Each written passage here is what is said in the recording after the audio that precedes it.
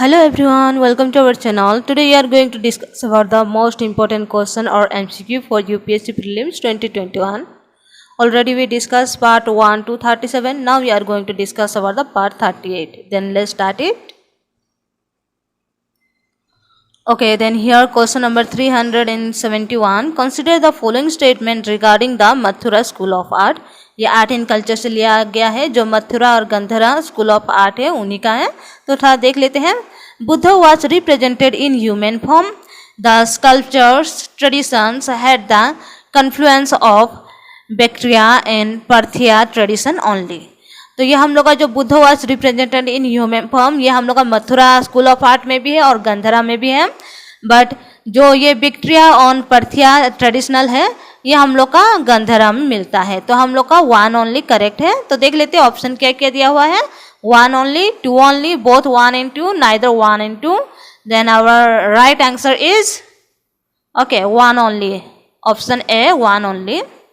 Okay, then चलिए देखते हैं एक्सप्लेनेशन क्या दिया है. Buddha who was in The symbolic form earlier got a human form in both Mathura and Gandhara school of art. Okay, ये both Buddha का जो ये ह्यूमन फॉर्म में जो ये बनाते हैं वो मथुरा और गंधरा दोनों स्कूल आर्ट में बनाते हैं. देन दूसरा हम लोग का जो है गंधरा स्कूल ऑफ आर्ट में ही ये कन्फ्लुएंस है, जो बैक्ट्रिया और पार्थिया फॉर्म में बनाते हैं. वो लोग का ट्रेडिशनल कल्चर के हिसाब से बनाते हैं और मथुरा में नहीं होता है. ओके, देन चलिए देखते हैं दूसरा question number 372. Beijing plus 25 initiative recently seen in news aim to. तो ये क्या है, हर साल न्यूज़ में आता है. देन 2015 में भी इसके बारे में क्वेश्चन पूछा गया था. तो चलिए देखते हैं ये क्या है. Increase the marriageable age of girl to 21 years in independent developing countries. Then reduce child mortality to 25% by 2025 in BRICS nation. Cut down global warming's effect by 25% by 2030. Review the progress of and identifying challenges in the implementation of Beijing platform for action. Okay, तो ये हम लोग का क्या है, D हम लोग का करेक्ट आंसर होता है. यहाँ पे ये क्या है, वीमेन का ये के लिए काम करता है और उसका जो आइडेंटिटी चैलेंज ये सब है उसके लिए काम करता है. तो चलिए देखते हैं एक्सप्लेनेशन में थोड़ा सा डिटेल में जाएंगे. ओके, देखिए ये सितंबर 2020 mark the 25th anniversary of the 4th world conference of women. Okay, तो बेजिंग प्लस का जो ये था 25th एनिवर्सरी था जो 4th world conference on women के ऊपर, और यहाँ पे ये एक्शन लिया गया था. Hence it is refer to the as Beijing plus 25. तो इसी का वजह से ये क्या है, बेजिंग में इसका डिक्लेरेशन किया गया था, इसलिए इसको बेजिंग प्लस 25 भी कहा जाता है. It was one of the largest ever gathering of the UN in 1995. तो ये सबसे बड़ा वाला जो गैदरिंग हुआ था 1995 में यूएन का, ये वही है. And a critical turning point in the world focus on gender qualities, equalities and empowerment of women. तो यहाँ पे क्या ज़्यादातर फोकस किया जाता है, जो जेंडर इनइक्वलिटी होता है, लड़का लड़की बॉयज़ गर्ल्स ये सब देखा जाता है, उनके ऊपर फोकस करते हैं. देन दूसरा क्या है, एम्पावरमेंट ऑफ वीमेन, जो वीमेन को दबा के रखते हैं, बाहर काम करने नहीं देते हैं, उसका लाइफ जीने नहीं देते हैं उसके मर्जी से, तो उसके ऊपर ये फोकस किया जाता है Beijing plus. The Beijing declaration lead to renew activism of women movement on a global scale with an increase in political will and world wide visibilities. तो इसको वहाँ पे फोकस किया गया है वुमेन मूवमेंट के ऊपर. Okay, then question number 373. An educational institute is successful throughout the country due to its quality education and better management technique. It decided to open branches in the rural area of the country to give quality education at low cost to poor people. If that institution is going public, it can raise the capital through financial stock exchange, social stock exchange, which is proposed by the Indian government. तो ये हम लोग का क्या है, financial stock exchange में भी आता है और सोशल स्टॉक एक्सचेंज का वजह से भी ये है हम लोग का जो एजुकेशन में ये हो रहा है, डेवलपमेंट हो रहा है. तो हम लोग का बोथ 1 एंड 2 हो जाएगा सी. ओके, तो चलिए देखते हैं एक्सप्लेनेशन थोड़ा सा इसका. ये देखिए स्टेटमेंट 1 में दिया है, any institution which need capital can be listed in the financial stock exchange if it fulfills SEBI regulatory. Okay, then financial stock exchange से जो भी होता है ये क्या करता है, सेबी फुलफिल करता है उसको। देन स्टेटमेंट 2 क्या है, social stock exchange is a proposed platform in India that would allow investor to buy share in a social enterprises that has been vested by the exchange। okay, तो ये हम लोग के लिए बहुत ही इंपॉर्टेंट है, दोनों ही हो जाता है। देन यहाँ पे देखिए, it is not a new concept that country like the UK, Singapore, south Africa, Canada and Brazil has SSE। Okay, तो हम लोग का जो सोशल स्टॉक एक्सचेंज है ये सिर्फ हम लोग का इंडिया में ही नहीं है और ना ये नया कॉन्सेप्ट है हम लोग के लिए, बिकॉज बहुत सारे बाहर जगह से जो पहले से ही ये है, यूके में, सिंगापुर में, साउथ अफ्रीका, कनाडा और ब्राज़ील, ये सब जगह में पहले से इसके बारे में हो चुका है। देन इसके बारे में हम लोग का अभी ये किया है, इसलिए ये न्यूज़ में था। It primary object is to achieve a social objective, for example providing health care, education and clean energy. Okay, तो ये सब के लिए भी ये मददगार है।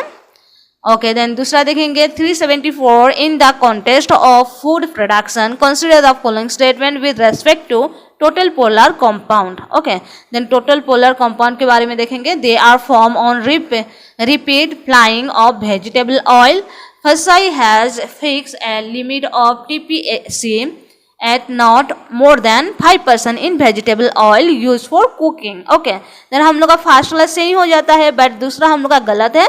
FSSAI का जो ये किए थे, फिक्स किए थे, उसका लिमिट वो 25% है, 5% नहीं है। ठीक है, तो ये हम लोग का 1 ओनली करेक्ट आंसर हो जाता है। चलिए एक्सप्लेनेशन थोड़ा सा देखेंगे इसके बारे में। Okay, during frying several properties of oil are altered. Okay, जब हम लोग कुछ फ्राई करते हैं तो बहुत सारे प्रॉपर्टी ये होता है और केमिकल भी रिलीज होता है जो हम लोग के लिए हार्मफुल भी होता है। अगर हम बार बार वही चीज़ को, वही ऑयल को यूज करेंगे, अगेन एंड अगेन हम लोग फ्राई करेंगे, उसको यूज करेंगे, खाएंगे, कंज्यूम करेंगे, तो हम लोग के लिए बॉडी का जो हेल्थ है उसके लिए बहुत ही प्रॉब्लम है। देन हाइपरटेंशन ये सब भी होता है और ज़्यादा ओबेसिटी हो जाता है, ये सब है, बहुत सारा प्रॉब्लम होता है जो फ्राई करने से क्या है वो ये करता है, केमिकल रिलीज करता है। ठीक है, देन ये सब क्या है, अलग अलग, ये देखिए हाइपरटेंशन है, एथेरोस्क्लेरोसिस है, अल्जाइमर्स है, डिजीजेस जो निकलता है, देन लिवर डिजीज निकलता है, ये सब बहुत सारा प्रॉब्लम होता है। और ये इसमें क्या है, टॉक्सिक होता है, जो प्रोड्यूस करता है वो जो केमिकल रिलीज होता है उसमें टॉक्सिक होता है। तो बार बार अगर हम लोग ये करके फ्राई करके खाते हैं तो उसमें हम लोग का हेल्थ के लिए बहुत ही प्रॉब्लम है। देन दूसरा हम लोग का जो है FSSAI का जो फिक्स लिमिट किया गया है वो 25% किया गया है और ये हम लोग का 1 जुलाई 2018 से हम लोग का ये लागू हुआ है फूड बिजनेस ऑपरेटर के द्वारा। बट अभी अभी हम लोग क्या करते हैं, उसे अलाउ कर रहे हैं। और आजकल आप लोग देख भी रहे होंगे कि ऑयल का प्राइस ज़्यादा बढ़ गया है बिकॉज ऑफ दिस रीज़न, क्योंकि वहाँ पे क्या है, उसे ये करने के लिए बोल के वो थोड़ा ये अलग करते थे, बट अभी इसको थोड़ा सा प्रोटेक्ट करने के लिए बोल के ये वेजिटेबल ऑयल को थोड़ा सा ये किए हैं, इसलिए प्राइस भी उसका बढ़ाया है और उसका जो उसको प्यूरीफाई करते का तरीका जो होता है वो भी थोड़ा सा चेंज किए हैं। ओके, देन देखिए दूसरा वाला 375 which of the following is are correct with reference to the agriculture infrastructure fund scheme recently approve by the government. Okay, तो हम लोग का जो एग्रीकल्चर इंफ्रास्ट्रक्चर फंड जो रिसेंटली अप्रूव हुआ है गवर्नमेंट के द्वारा, वो क्या के लिए है देख लेते हैं। It aim to provide a debt financing facility for investment in post harvest management infrastructure and community farmer assets. It provide for interest subvention of 3% per annum to loan provide under the scheme। तो ये हम लोग का दोनों ही correct हो जाता है। Then both 1 and 2।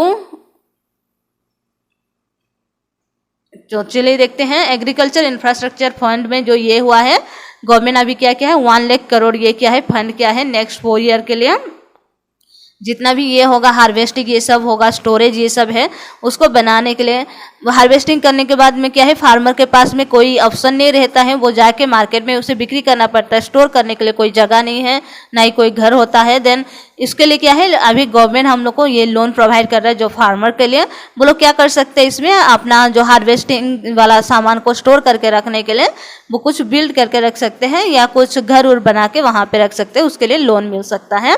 Then this facility will enable farmer to get greater value for their produce as they will be able to store and sell at higher prices। तो अगर हम लोग साथ साथ अगर हार्वेस्ट करते ही लेके बिक्री करेंगे तो बहुत सारे फार्मर क्या है एक साथ बिक्री करते हैं। देन एक साथ जब बिक्री ज़्यादा होता है तो क्या है उसका डिमांड कम हो जाएगा, बहुत सारा अगर प्रोडक्ट है तो डिमांड कम हो जाता है। तो उस तरह से उसका रुपया भी प्राइस भी कम हो जाता है और फार्मर को भी बहुत नुकसान झेलना पड़ता है। बट जब हम लोग के पास अगर स्टोरेज का कुछ फैसिलिटी रहेगा तो वो उसे स्टोर करके रख सकते हैं, और में भी हो सकता है कि कुछ महीने के बाद 1 या 2 महीने के बाद में अगर वो बिक्री करने के लिए वो सामान निकालें तो उसका प्राइस भी अच्छा खासा मिल जाएगा और उनका जितना भी नुकसान वो सब भरपाई हो सकता है। इसलिए ये किया गया है, ये स्कीम लिया गया है और ये लोन उसमें क्रेडिट करते हैं। जो फार्मर है जिसके पास में एग्रीकल्चरल लैंड है उसे ये लोन मिलता है और वो लोग को 3% पर एनम देना पड़ता है लोन का इंटरेस्ट रेट। ओके, देखिए question number 376, consider the following pairs. Okay, जो हम लोग का डैम के बारे में है, न्यूज़ में जो था और नदी जो है उसके बारे में हम लोग देखेंगे थोड़ा। देमार बेसन डैम, ये कहाँ पे है? हम लोग का इंडिया में है, बट क्या है, पाकिस्तान ऑक्युपाई कश्मीर में है, POK में है। और पाकिस्तान ये डैम को क्या है अभी कंस्ट्रक्शन करना शुरू किया है, तो इंडिया थोड़ा सा ऑब्जेक्शन कर रहे हैं। तो ये हम लोग का क्या है, इंडस रिवर में ही है और देमार बेसन डैम है ये हम लोग का POK में पड़ता है। ठीक है, तो ये हम लोग का सही है। देन दूसरा देखेंगे, grand Ethiopia renaissance dam, blue Nile, तो ये ब्लू नाइल में है। इसके वजह से क्या है, जितना भी आसपास के कंट्री है उनके बीच में झगड़ा ये सब भी हो रहा है पानी को लेके, कि पानी अगर डैम बना दिया जाएगा तो पानी शायद वो लोग तक नहीं पहुंचे, इस तरह से बात जो चल रहा है। तो ये भी अभी कंस्ट्रक्शन में है, तो न्यूज़ में है। ओके, न्यूजादो डैम, ये भी मेकोंग में है। तो ये हम लोग का 1, 2, 3 तीनों का तीनों ही करेक्ट हो जाता है। ओके, चलिए देखते हैं इसका थोड़ा सा। ये देखिए देमार बेसन डैम, ये क्या है, प्राइमरीली स्टेज ऑफ कंस्ट्रक्शन चल रहा है इंडस रिवर में, और पाकिस्तान ऑक्युपाई कश्मीर का वो जो एरिया है उसी में कर रहा है, और पाकिस्तान इसको ये करना चाहते हैं, कंस्ट्रक्शन ये करना चाहता है, बनाना चाहता है। Grand Ethiopian Renaissance dam, okay, ये मिलेनियम डैम भी इसको कहते हैं, और ये ब्लू नाइल रिवर में पड़ता है, ये अफ्रीका का है। और इसका क्या करना चाहते हैं वो लोग, हाइड्रो पावर प्रोजेक्ट करना चाहते हैं वो डैम के द्वारा, और दूसरा क्या है, वाटर सप्लाई भी ये सब भी करना चाहते हैं, जो पीने का पानी ये सब भी देना चाहते हैं। देन न्यूजादू डैम, ये मेकोंग में है, रिवर इन यूनान provinces in China. Okay, China का मेकोंग जो ये में है उसी में ये बनाया जा रहा है ये डैम को। जो ब्रह्मपुत्र रिवर हम लोग का इंडिया में आता है वही रिवर में वो लोग बना रहे हैं वो डैम को। देन उससे हम लोग को क्या है, इंडिया के लिए भी थोड़ा बहुत प्रॉब्लम हो सकता है, मे बी पानी का शॉर्टेज हो सकता है, तो उसके लिए न्यूज़ में वो था।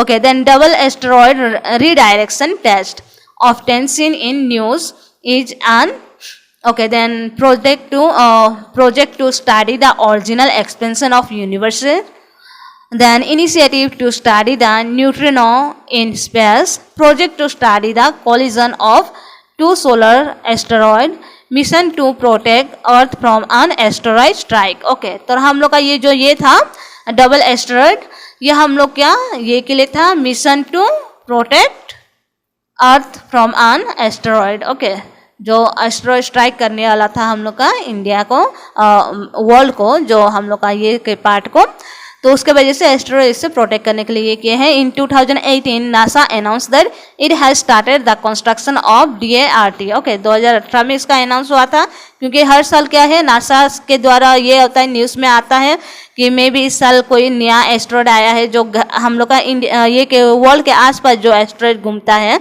हम लोग का अर्थ प्लैनेट के आसपास जो एस्टेरॉयड घूमते हैं, कभी कभी क्या है वो अर्थ की तरफ मूव करके धीरे धीरे आने लगता है, तो उसके वजह से ये किए थे जो DART किए थे, डबल एस्टेरॉयड रिएक्शन टेस्ट किए थे, और जिससे क्या है अगर कोई भी अगर ये आता है एस्टेरॉयड आता है तो हम उसे प्रोटेक्ट कर सकते हैं, उसे हम लोग का वर्ल्ड से या प्लैनेट से दूर कर सकते हैं, तो उसके बारे में ये था। ठीक है, asteroid 465824 2010 FR which was twice as big as pyramid of Giza and was classified as near earth object।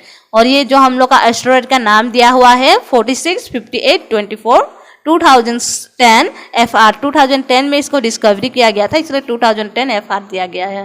ठीक है, ये हम लोग का नियर अर्थ ऑब्जेक्ट है और ये कभी भी हम लोग का अर्थ में टकरा सकता है, इस तरह से भी कुछ कहते हैं साइंटिस्ट, इसके वजह से ये स्कीम किए गए थे। Okay, then 378 with reference to the Human Development Index, consider the following statement. Okay, then it is a composite index of 3 indicators. It emphasizes that people and their capabilities should be the ultimate criteria for assessing the development of a country not economic growth alone. Okay तो ये हम लोग का दोनों ही सही है, sorry 2 number सही है। 1 नंबर हम लोग का क्या है, इंडिकेटर हम लोग का 3 नहीं है, 4 इंडिकेटर है और डिमेंशन हम लोग का 3 है। ओके 3 डिमेंशन और 4 इंडिकेटर है हम लोग का जो ह्यूमन राइट ये है ह्यूमन डेवलपमेंट इंडेक्स में 3 डिमेंशन है और 4 इंडिकेटर है। तो ये हम लोग का 1 गलत हो जाते, 2 सही है, तो हम लोग का बी करेक्ट आंसर है इसमें। ओके चलिए देख लेते हैं थोड़ा सा एक्सप्लेनेशन। ओके ये देखिए statement 1 wrong, human development index is a composite index of 4 indicator. Okay then 3 dimension यहाँ पे दिया गया है, पिक आप लोग देख सकते हैं डिमेंशन के बारे में। ये देखिए डिमेंशन में हम लोग का क्या क्या है, एजुकेशन है, हेल्थ है, स्टैंडर्ड ऑफ लिविंग है। इंडिकेटर में accepted years of schooling for children of school entering age, जो हम लोग का स्कूल में ये करने के लिए एडमिशन के लिए जो टाइमिंग होता है उसके बारे में है। Means year of schooling for adult age 25। Okay 25 तक हम लोग का एज है जो पढ़ने का। Then like expectancy of birth, then GNI per capita at purchasing power parity in US dollar. तो ये सब के बारे में इंडिकेटर्स है। ओके ह्यूमन डेवलपमेंट इंडेक्स में तो human development index was created to emphasize that people and their capabilities should be the ultimate criteria for assessing the development of a country, not economic growth alone. Okay तो ये economic growth से ही नहीं हो सकता है, हम लोग का अलग अलग भी क्राइटेरिया बहुत सारा है जिससे ये हो सकता है। ओके देन दूसरा वाला क्वेश्चन देखेंगे 379 with reference to the Meerut conspiracy case consider the following statement. जो हम लोग का मिरर कंस्पिरेंसी केस था हम लोग का जो मॉडर्न हिस्ट्री का ये लिया गया है। It was related to the growing communist influence during British period. Then Shaukat Usman and S.A. Dang were the prominent leader arrested in this case. तो हम लोग का both 1 and 2 correct है। C correct answer is C। तो यहाँ पे देख लेते हैं मिरर कंस्पिरेंसी केस के बारे में थोड़ा सा जानेंगे। British government was increasingly worried about the growing influence of the communist in India, hence they targeted labour leaders, trade unionist and British communist in March 1929 में ये हुआ था। Arrested were made from various part of India. तो बहुत सारे India के अलग अलग पार्ट से अरेस्ट किए गए थे, बहुत सारे जो लीडर थे वो सब अरेस्ट किए गए थे। This people were charged for conspiracy to deprive the king of the sovereignty of British India. This conspiracy case went on till 1932 in the session court of Mirror, and the convicted were sentenced to various terms of transportation or rigorous imprisonment. तो इसके वजह से क्या है ये कितना दिन तक चला था हम लोग का 1932 तक चला था ये मिरर जो कंस्पिरेंसी, और बहुत सारा प्रॉब्लम हुआ था। और फेमस डिफेंडिंग लॉयर यहाँ पे जो थे हम लोग का जवाहरलाल नेहरू MC और चांगला MA अंसारी थे। और अरेस्ट जो हुए थे वो है मुजफ्फर अहमद, S.A. डेंज, S.B. घाटे, गंगाधर अधिकारी, PC जोशी, शौकत उस्मानिया, ये सब यहाँ पे अरेस्ट किए गए थे। Then 3 British citizen among the accused. वो कौन कौन एक्यूज हुए थे? Philip Spratt, Benjamin Francis Bradley and Lester Hutchinson. The trial attract worldwide publicity and drew sympathies comment from Albert Einstein, H.G. Wells and President Roosevelt। तो बहुत सारा क्या है ये कंस्पिरेंसी होने की वजह से ये हम लोग का बहुत ही पब्लिसिटी मिला था और सिंपैथी भी मिला था लोगों से। जो अल्बर्ट आइंस्टाइन थे वो सब हम लोग के बारे में क्या है कमेंट दिए थे। बुक ये सब में भी लिखा गया था हम लोग के बारे में कि किस तरह से ये ब्रिटिशर इंडिया में ये कर रहे हैं, उसके बारे में थोड़ा बहुत भी वर्ल्ड वाइज ये हुआ था, स्प्रेड हुआ था। Then with reference to the recently approved प्रधानमंत्री मत्स्य संपदा योजना, consider the following statement। तो ये हम लोग का PMMSY के बारे में है, योजना के बारे में देखेंगे। It aim to develop both marine and inland sector of fish production in India. Then it will be implemented via both the central and the centrally sponsored scheme. It aimed to double the export earning from India fisheries sector by 2024 to 2025. Then हम लोग का तीनों ही correct हो जाता है। Okay तो मत्स्य संपदा योजना के बारे में थोड़ा सा देखेंगे। ओके प्रधानमंत्री मत्स्य संपदा योजना focus and sustainable development of fishery sector in the country. इसके ऊपर फोकस किया गया था, ये डेवलपमेंट और सस्टेनेबल डेवलपमेंट के ऊपर और फिशरी सेक्टर के ऊपर ये फोकस किया गया है। और ये हम लोग का जो 5 ईयर के लिए जो हम लोग का फाइनेंशियल ईयर 2022-2021 से लेके 2024 to 2025 के अंदर ये इम्प्लीमेंटेंस किया गया है। और स्टेट और यूनियन टेरिटरी जितना भी हम लोग का पार्ट है जो आत्मनिर्भर भारत पैकेज में आते हैं, वो लोग को भी ये इसके बारे में बताया गया है। It focuses on beneficiary oriented activity in marine, inland fishery and aquaculture.